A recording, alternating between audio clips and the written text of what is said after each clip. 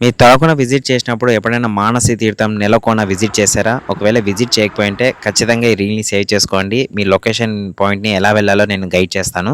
So, మీరు చూస్తున్నారు కదా! బేస్ పాయింట్ నుంచి చూసినట్లయితే మనం టాప్ ఆఫ్ ద వాటర్ ఫాల్‌ని ఇక్కడి నుంచి చూడొచ్చనమాట. సో, ఆల్మోస్ట్ ఆల్ ఈ వాటర్ ఫాల్‌కి వెళ్ళడానికి మనం వెళ్ళాలంటే ఆల్మోస్ట్ ఆల్ ట్రెక్కింగ్ చేయాల్సిందే. ఆల్రెడీ తెలిసిన వాళ్ళతో వెళ్తే ఇంకా ఈజీ అనమాట. సో, ఎందుకంటే ఆల్మోస్ట్ ఆల్ ఈ వాటర్ ఫాల్ అనేది అక్కడ సిగ్నల్స్ లేకపోవడం వల్ల మనకి లొకేషన్ పాయింట్ అనేది గూగుల్ మ్యాప్స్‌లో మనకు అసలు కనిపించదు. మీరు చూసిన వాటర్ ఫాల్ లొకేషన్ పేరే నెలకొన.